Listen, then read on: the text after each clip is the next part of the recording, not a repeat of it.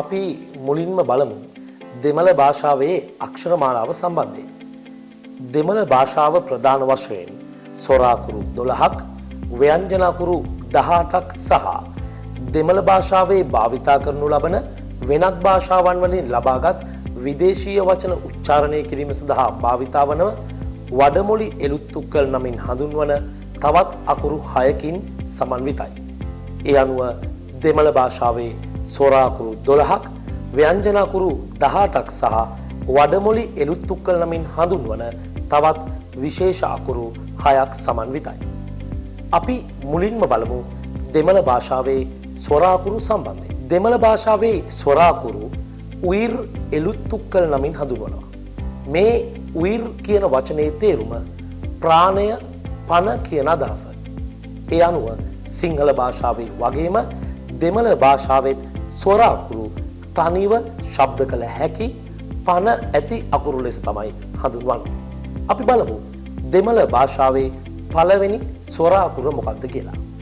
සිංහල භාෂාවේ වගේම දෙමළ භාෂාවෙත් පළවෙනි සොරාකුර ආ අකුර. අපි මුලින්ම බලමු මේ ආ අකුර ලියන්නේ කොහොමද කියලා. මෙන්න මේ ආකාරයට වක්‍රාකාරව ආරම්භ වන ආ අකුර සරල රේඛාවකින් අවසන් වන විදියට තමයි හැදිලා තියෙන්නේ.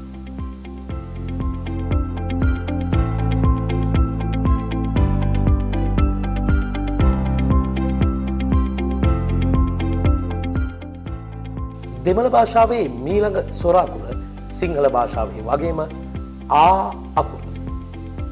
ආ අකුරත් අයන්න ආකාරයෙන්ම ආරම්භ වෙලා මෙන්න මේ ආකාරයට සරල රේඛාවෙන් අවසන් වුණයින් පස්සේ දීර්ඝ කරන්න මෙන්න මෙවැනි යෙදුමක් අපි භාවිතා කරන්න ඕන.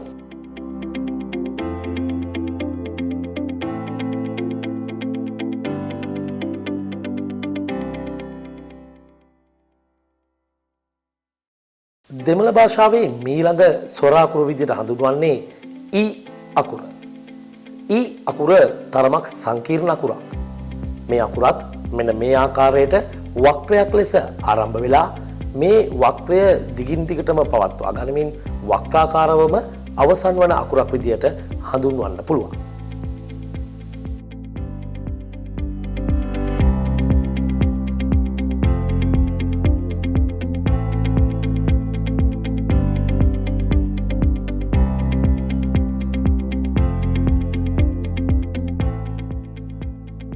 ඊළඟ සොරාකුර වන්නේ ඊ අකුර. ඊ අකුර ඊයන්න තරම් සංකීර්ණ නැති මෙන්න මෙවැනි සරල අකුරක්. එය පහසුවෙන්ම අපිට ලියන්න පුළුවන්.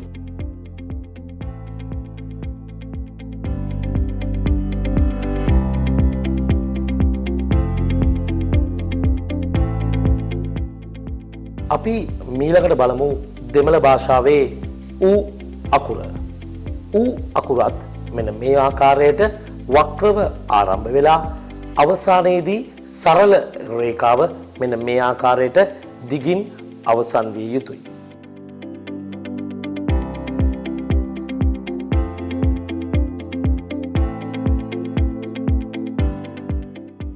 මීළඟ සොරාකුර ඌ අකුර. එයත් ඌ අකුරේ දිගුවක් ලෙස අපිට සටහන් කරන්නට පුළුවන්. මේ අයුරින් ඌ අකුරම ලියා අපි සිංහල භාෂාවේ භාවිතා කරන ගයනු කිත්ත දෙමළ භාෂාවෙන් මෙන්න මේ ආකාරයට ලියා එය ඌ අකුරේ අවසානයේ සරල රේඛාවේ නොගෑවෙන පරිදි මෙන්න මේ අයුරින් ලිවිය යුතුයි.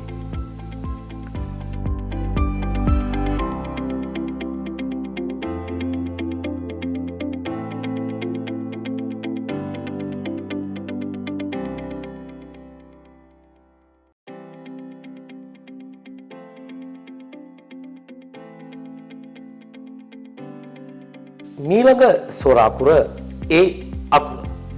ඒ අකුරත් මෙන්න මේ වගේම වක්‍රව ආරම්භ වෙලා සරල රේඛාවකින් අවසන් වන අකුරක්.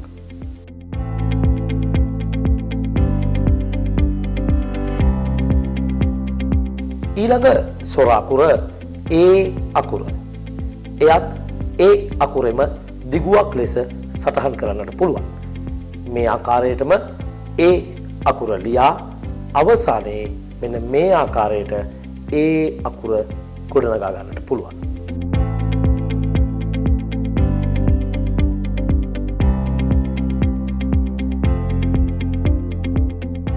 ඉන් අනතුරුව අකුර I අකුර.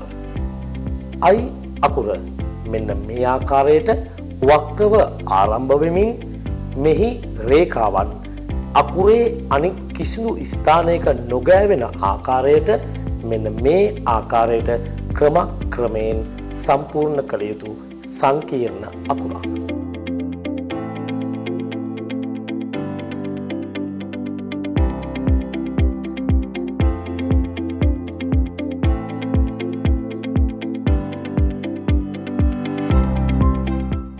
මීළඟ ස්වර අකුර O අකුර.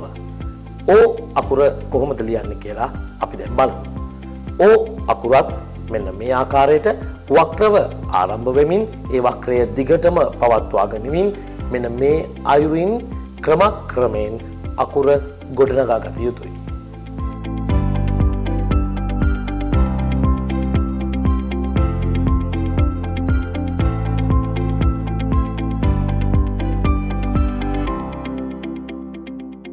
මීළඟ අකුර O අකුර. එය O අකුරේ දිගුවක් ලෙස සටහන් කරන්නට පුළුවන්. මේ ආකාරයට O අකුර වක්‍රව ආරම්භ වෙමින් O අකුරම ලියා O අකුරේ අවසානයේ මෙන්න මේ අයුරින් ගැටයක් යෙදීමෙන් O අකුර සම්පූර්ණ කරගන්නට පුළුවන්.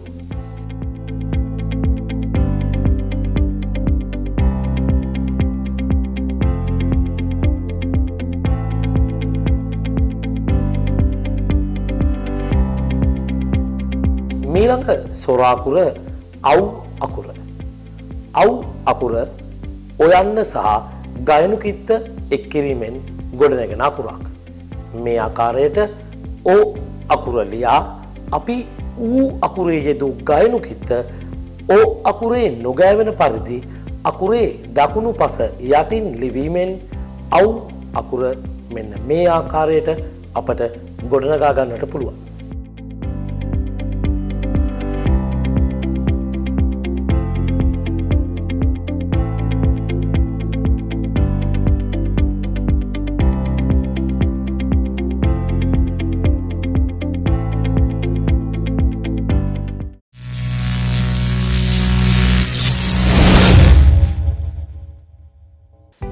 දැන් අපි බලන්නේ දෙමළ භාෂාවේ ව්‍යංජන අකුරු සම්බන්ධයෙන්.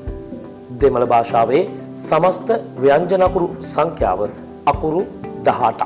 අපි බලමු මේ අකුරු 18 එකින් එක ලිවීම සම්බන්ධයෙන්. මෙහිදී අපි මතක තියාගන්න ඕන ප්‍රධානම කරුණක් තමයි දෙමළ භාෂාවේ ව්‍යංජන අකුරු සිංහල භාෂාවේ වගේ නෙවෙයි හල් ස්වරූපයෙන් පවතින බව. දෙමළ භාෂාවේ ව්‍යංජන අකුරු මෙහෙම හල් ස්වරූපයෙන් පවතින්නේ ඇයි කියන එක අපි සාකච්ඡා කරමු සමස්ත අක්ෂර මාලාවේ අවසානයේදී. දැන් අපි බලමු කොහොමද ව්‍යංජන අකුරු එකින් එක ලියවෙන්නේ කියලා. දෙමළ භාෂාවේ පළවෙනි ව්‍යංජන අකුර ක් අකුර. අපි බලමු කොහොමද ක් අකුර ලියන්නේ කියලා. මෙන්න මේ ආකාරයට සරල රේඛාවකින් ආරම්භ වන ක් අකුර මෙහෙම වක්‍රව අවසන් කළ යුතුයි. එය උඩින් තිතක් තැබිය යුතුයි. හොඳින් මතක තියාගන්න උඩින් තිතක් තැබිය යුතුයි. ගොඩක් අය අපි දකිනවා මේකෙදි උඩින් රවුමක් අදිනවා. රවුමක් ඇඳීම වැරදි. අපි අකුරට උඩින් තිතක් තැබීමෙන් තමයි දෙමළ භාෂාවේ ව්‍යංජන අකුරක් හල් කිරීමක් පෙන්වන්න පුළුවන් වෙන්නේ. ඊළඟ ව්‍යංජන අකුර ං අකුර. අපි සිංහලෙන් සරලව කිව්වොත් බිඳුව.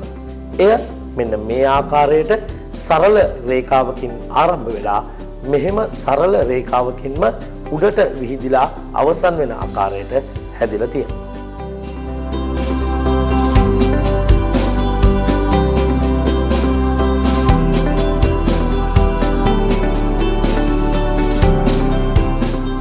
ඊළඟ ව්‍යංජන අකුර ස් අකුර. ස් අකුර ලියන ආකාරය මෙන්න මේ අයුරින්මයි. ක අකුරේ ආරම්භය වගේම සරල රේඛාවකින් ආරම්භ වෙලා මෙන්න මේ ආකාරයට වක්‍රව අවසන් විය යුතුයි.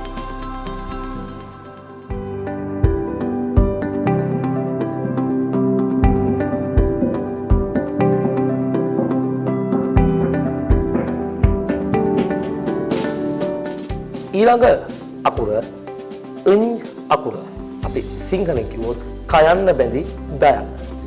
න් අකුර ලිවීමේදී අපි ස්වර අකුර වල භාවිතා කළ ඒ අකුර වගේම ආරම්භයගෙන ඒ අකුරේ වගේම අවසානයගෙන ඒ අකුරේ අවසානයේ තියෙන මෙන්න මේ වගේ සරල රේඛාවේ වක්‍රාකාරව මෙන්න මේ අයුරින් අවසන් කිරීමෙන් න් අකුර ගොඩනගා ගන්නට පුළුවන්.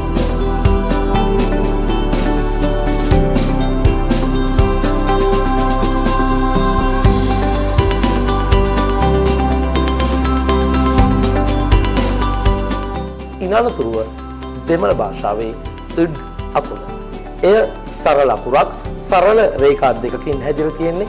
මෙන්න මේ අයුරින් ඩ් අකුර අපිට ලියන්න පුළුවන්.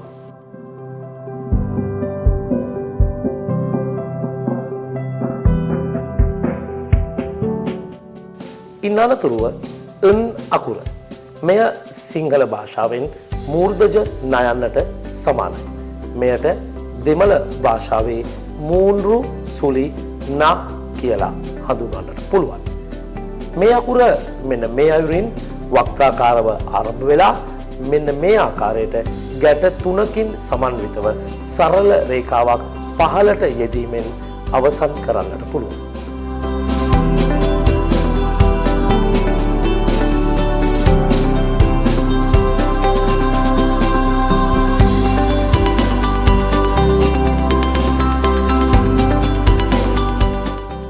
ඉනතුරුව ත් අකුර. ත් අකුරත් ක අකුර වගේම ආරම්භ කරලා වක්‍රාකාරව ඒ වක්‍රය යටට එන ආකාරයට මෙන්න මේ අයුරින් අපට අවසන් කරන්නට පුළුවන්.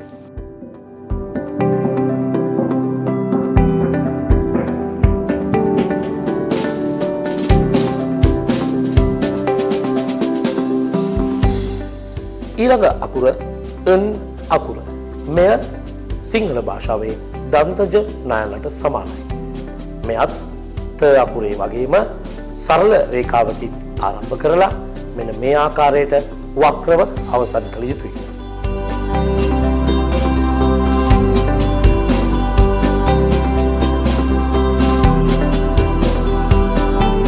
මෙහිදී අපි මතක තියාගන්න ඕන ආධුනිකයන් වශයෙන් ත් සහ න් කියන අකුරු දෙක එකිනෙකට වෙනස්කම් සහිත අකුරු දෙකක්.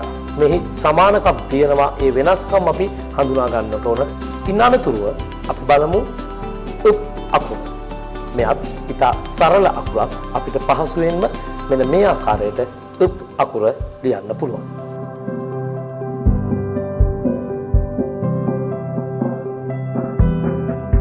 ඊළඟ අකුර අකුර. අකුරත් උප් අකුර වගේම ආරම්භ කළා මෙන්න මේ ආකාරයට වක්‍රව අවසානය සනිටුහන් කරන්නට පුළුවන්.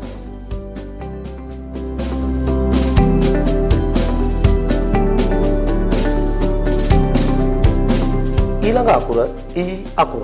ඒ කියන්නේ ය අකුරේ හල් කිරීම. එයත් මෙන්න මේ ආකාරයට වක්‍රයක් ලෙස ආරම්භ කරලා සරල රේඛාවක් අවසානයේදී කොටුවක් ලෙස මෙන්න මේ ආකාරයට අවසන් කළ යුතුයි.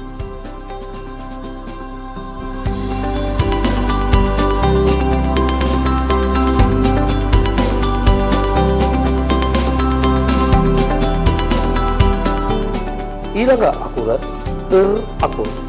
ර අකුරේ හල් කිරීම. මෙය දෙමළ භාෂාවේ සින්න රා හෙවත් පොඩි රයන්න කියලා හඳුන්වනවා. මෙය ලිවීමේදී මෙන්න මේ ආකාරයට ලිවිය යුතුයි. නමුත් ඇතැම් අය මේ අකුර වැරදි ලෙස යොදා ගන්නා ආකාරයක් පේනවා. මෙහි යටටත් යම් පිල්ලමක් යෙදීමෙන් නමුත් එය වැරදි අකුර මෙන්න මේ අයුරින් විය යුතුයි. ඉන්නතුරුව අකුර. දෙමළ භාෂාවේ ව්‍යංජන අක්ෂර මාලාවේ අකුර ලියන්නේ මෙන්න මේ ආකාරයට. මෙය සිංහල භාෂාවේ දන්තජ ලයන්නට සමානයි.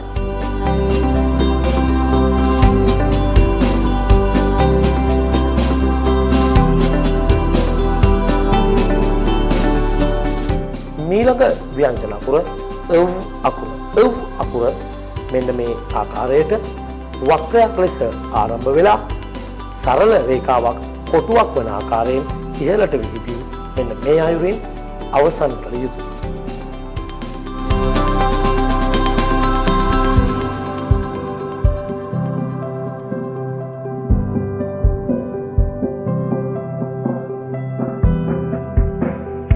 මීළඟ අකුර තවත් ල් අකුරක්.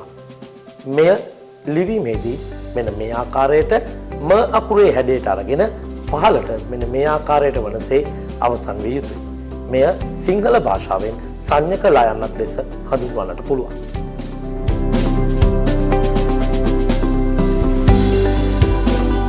ඉන්නතුරුව තවත් ල් අකුරක් දෙමළ භාෂාවේ ව්‍යංජන අකුරක් ලෙස භාවිතා වෙනවා.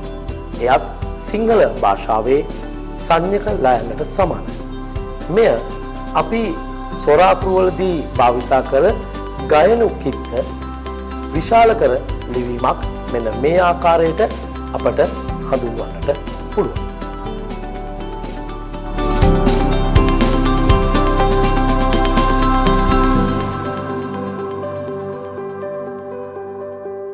ඊළඟ අකුර අකුර. අපි කලින් සඳහන් කළ සින්න රාවලට පසුව තිබෙන මීළඟ අකුර දෙමළ භාෂාවේ ව්‍යංජන අක්ෂර මාලාවේ පෙරිය රා ලෙස හඳුන්වනවා. මෙය සිංහල භාෂාවේ ෆ අකුරේ ආකාරයට මෙන්න මේ අයුරින් ආරම්භ වෙලා මෙන්න මේ ආකාරයෙන් පහළට යොදා අවසන් කරනවා.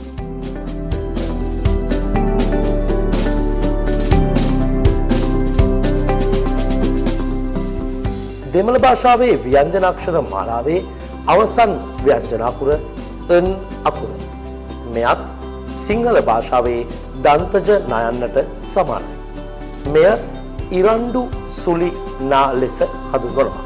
මෙය මෙන්න මේ ආකාරයට වක්‍රයක් ලෙස ආරම්භ වෙලා ගැට දෙකක් සුලි දෙකක් යෙදෙන ආකාරයට සරල රේඛාවකින් මෙන්න මේ ආකාරයට අවසන් වෙනවා.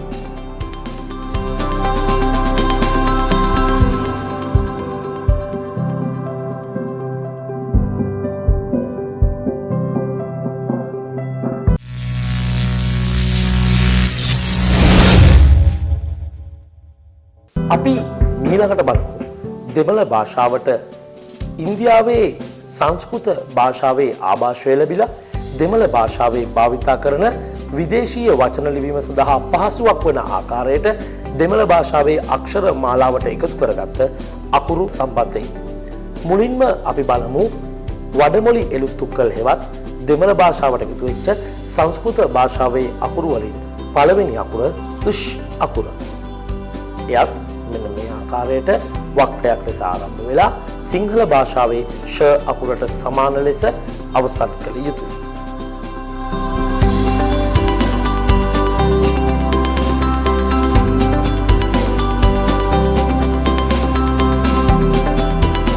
ඊළඟ අකුර හ අකුර. එයත් මෙන්න මේ ආකාරයට වක්‍රයක් ලෙස ආරම්භ වෙලා මෙන්න මේ ආයුරින් ර අකුරේ ආභාෂය ලබාගෙන අවසන් වන අකුරක්.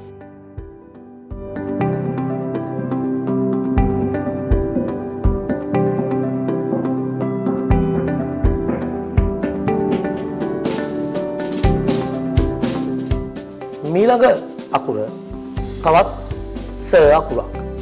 මෙය භාවිතා කරන්නේ දෙමළ භාෂාවේ ව්‍යංජන අක්ෂර මාලාවේ අපි භාවිතා කළ ස් අකුර හල්වීමේදී උච් කියන හඬ ගන්නා නිසා අපි ස් හඬ ගැනීම සඳහා භාවිතා කරන වඩමොලි එළුත්තුක්කල් වලින් එකක්. එය මෙන්න මේ අයුරින් ලිවිය යුතුයි.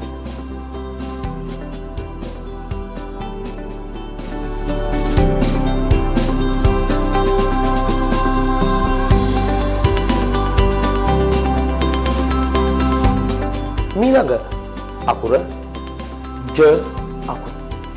එය අතිශයින්ම දෙමළ භාෂාවේ ස්වරාක්ෂර මාලාවේ අයි අකුරට සමානයි. ඒක නිසා අපි මේ අකුර මෙන්න මේ ආකාරයට විමසා බලන්න ඕන. ඊටාම සීරුවෙන් ලියමින් මෙහි අවසානය අයි අකුරෙන් වෙනස් වන ආකාරයට මෙන්න මේ අයුරින් ලිවිය යුතුයි.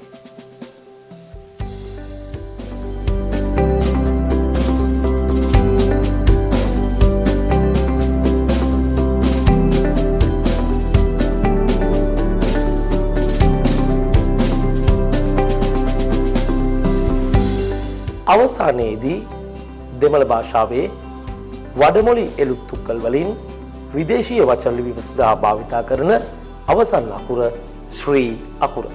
මෙය කිසිදු පිල්ලමක් යෙදෙන්නේ නැති සම්පූර්ණ අකුරක්. එය මෙන්න මේ අයුරින් ලිවිය යුතුයි.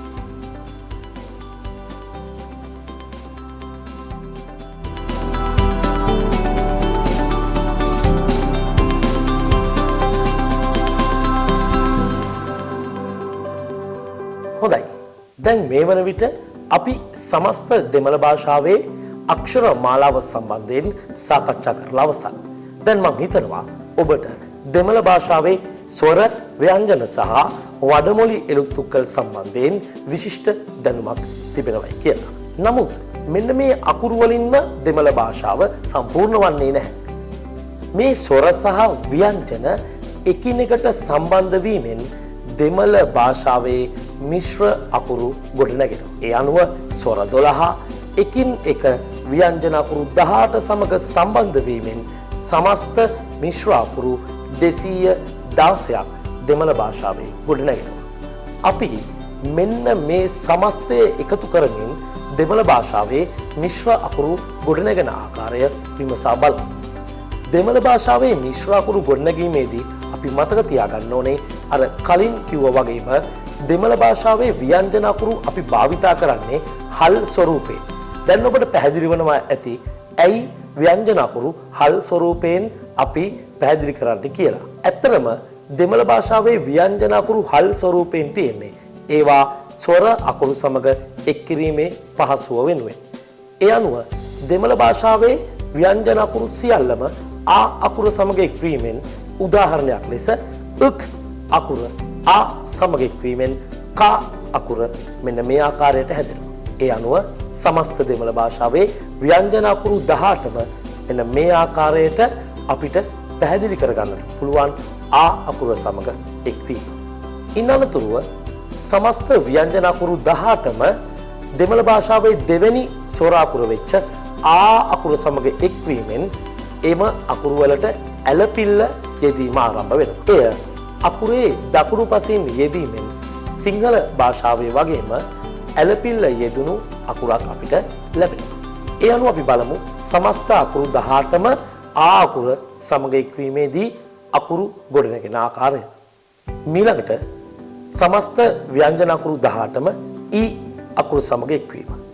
මෙහිදී ඉස්පිල්ල පිල්ලමක් වශයෙන් අකුරු වලට එකතු වෙනවා. ඒ අනුව ක් ඊ කි වශයෙන් මෙන්න මේ ආකාරයට අපි අකුරට ඉස්පිල්ල යොදනවා. දැන් අපි බලමු සමස්ත අකුරු 18ටම ඒ වගේ ඉස්පිල්ල යෙදීමෙන් අකුර ගොඩනැගෙන ආකාරය. ඉන් අනතුරුව ගොඩනැගෙන්නේ ඊ අකුර සමග ව්‍යංජන අකුරු 18ම එක්වීමෙන්. ඒ අනුව ක් ඊ කී ලෙස හැඳින්වෙනවා. එහිදී පිල්ලමක් වශයෙන් දීර්ඝ ඉස්පිල්ල අකුරට එකතු වෙනවා. එය මෙන්න මේ ආකාරයෙන් අපට ලිවිය හැකියි. ඊළඟට උ අකුර සමග සමස්ත අකුරු 18ම එකතු වෙනවා. ඒ අනුව ක් උ කු වශයෙන් හඳුන්වනවා. නමුත් මෙහිදී අපි ඊටාම වැදගත් ලෙස පැහැදිලි කළ යුතු දෙයක් තමයි ආ අකුරේ සිට ඊ අකුර දක්වා දෙමළ භාෂාවේ අකුරු පිල්ලම් යෙදීම සෑම අකුරකටම එක හා සමාන වන බව ඔබට දකින්නට පුළුවන්. නමුත් උ සහ ඌ අකුරු දෙක එසේ නොවේ. උ සහ ඌ කියන අකුරු දෙකේම පිල්ලම් යෙදීම අකුරෙන් අකුරට එකිනෙකට සමාන වන්නේ නැහැ. එහෙනම් අපි බලමු සමස්ත ව්‍යංජන අකුරු 18ම උ අකුර සමග කිරීමේදී මෙන්න මේ ආකාරයට එකින් එක වෙනස් කරමින් ලිවිය යුතුයි. උ අකුරේ වගේමයි ඌ අකුරත් ඒ කියන්නේ උයන්නේ දීර්ඝ ස්වරූපයේදී මෙම පිල්ලම දීර්ඝ කරමින් අකුරෙන් අකුරට වෙනස් ආකාරයට මෙන්න මේ අයුරින් ලිවිය යුතුයි. ඒ අකුරත් සමග එකතු වීමත් සමග සමස්ත ව්‍යංජන අක්ෂර මාලාවම දෙමළ භාෂාවේ කොම්බු යෙදීම ආරම්භ වෙනවා. දෙමළ භාෂාවේ කොම්බු වර්ග 3ක් හඳුනා ගන්න පුළුවන්.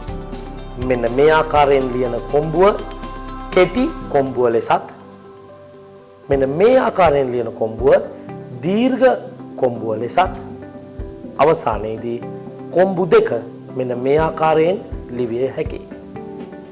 මේවත් අකුරු වලට එකතු වීමේදී එකිනෙකට සමාන වන අයුරින් අපිට යොදන්න පුළුවන්. ඒ අනුව ක් ඒ කේ අකුර ලිවීමේදී මේ ආකාරයට අකුර ඉදිරියෙන් කොම්බුව යෙදිය හැකියි. මෙතනදී අපි මතක තියාගන්න ඕනේ කොම්බුව අකුරට වඩා උසින් යෙදිය යුතුයි. ඉන් අනතුරුව ඒ අකුර සමග එක්ුණයින් පස්සේ ක් ඒ කේ අකුර බවට පත් වෙනවා. අපි සිංහල භාෂාවේදී කේ අකුර ලිවීමේදී කොම්බුව ලියා අකුර ලියා හල් කිරීමක් යෙදුවද දෙමළ භාෂාවේ එසේ වන්නේ නැහැ. දෙමළ භාෂාවේ දීර්ඝ කොම්බුව අකුරට ඉදිරියෙන් ලිවීමෙන් දීර්ඝ කොම්බුවෙන් මෙම අකුර මෙන්න මේ ආකාරයට දීර්ඝ අකුරක් ලෙස අපිට පෙන්වනවා. ඒ අනුව සෑම අකුරකටම මෙන්න මේ විදියට අකුරට ඉදිරියෙන් දීර්ඝ කොම්බුව යෙදීමෙන් දීර්ඝ ඒ අකුරු හදන්නට පුළුවන්. ඒ ශබ්දයේ අකුරු හදන්නට පුළුවන්. ඉන් අනතුරුව I අකුර සමග එක් වෙනවා. I අකුර සමග එක්වීමේදී අපි භාවිතා කරන්නේ කොම්බු දෙක.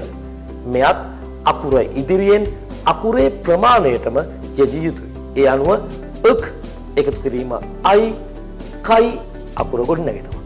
ඒ අනුව සෑම අකුරකටම මෙන්න මේ වගේ එක සමාන ලෙස අකුරට ඉදිරියෙන් අපිට කොම්බු දෙක යෙදීමෙන් අකුර ගොඩනගා ගන්නට පුළුවන්. සමස්ත ව්‍යංජන අකුරු 18ම ඉන් අනතුරුව ඕ අකුර සමග යෙදෙනවා.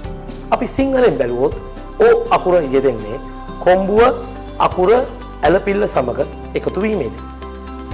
සිංහල භාෂාවේ වගේම දෙමළ භාෂාවෙත් කෙටි අකුරක් නම් කෙටි කොම්බුවත් ඉන් අනතුරුව අකුර ඉන් අනතුරුව ඇලපිල්ල මෙන්න මේ ආකාරයෙන් යෙදිය යුතුයි.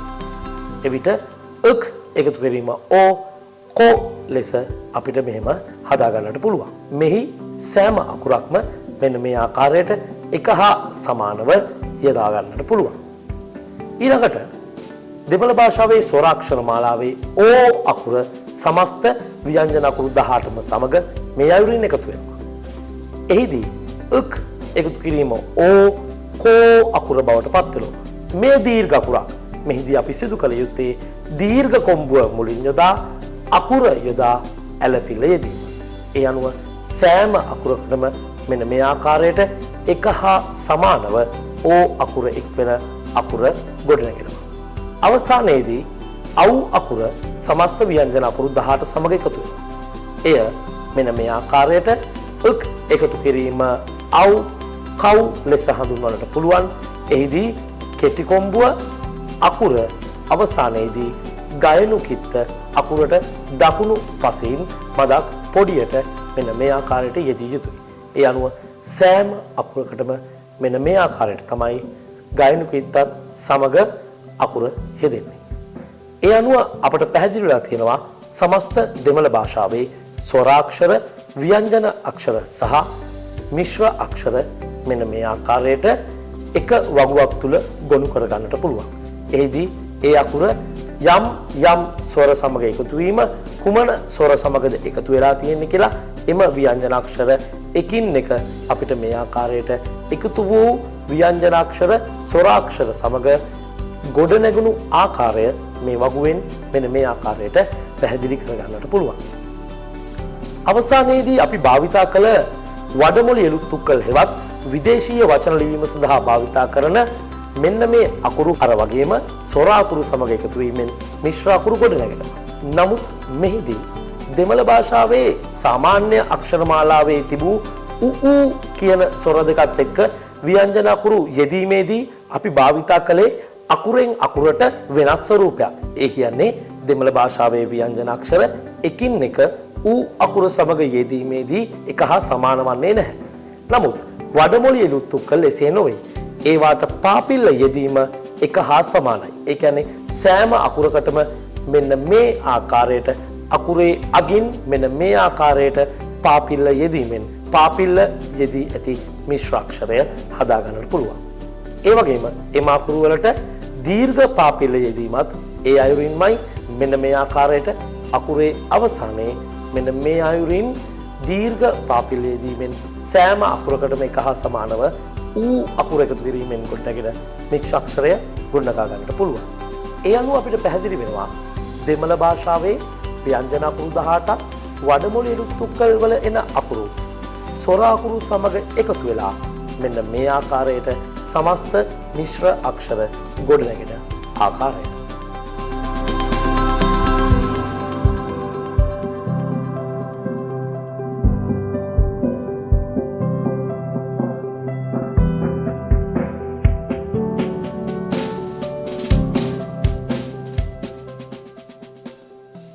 ඉතින් අපිට දැන් හොඳ අත්දැකීමක් සහ අවබෝධයක් තියෙනවා මේ අකුරු ලිවීමෙන් සහ මේ අකුරු පිළිබඳව මිශ්‍ර අකුරු සම්බන්ධයෙන් සොර අකුරු සම්බන්ධයෙන් ව්‍යංජන අක්ෂර සම්බන්ධයෙන් ඒ වගේම වඩමොළි එළුත් තුක්කල් සම්බන්ධයෙන් විශිෂ්ට දැනුමක් ඔබ සතුව තිබෙන බව දැන් අපට පැහැදිලි වෙනවා.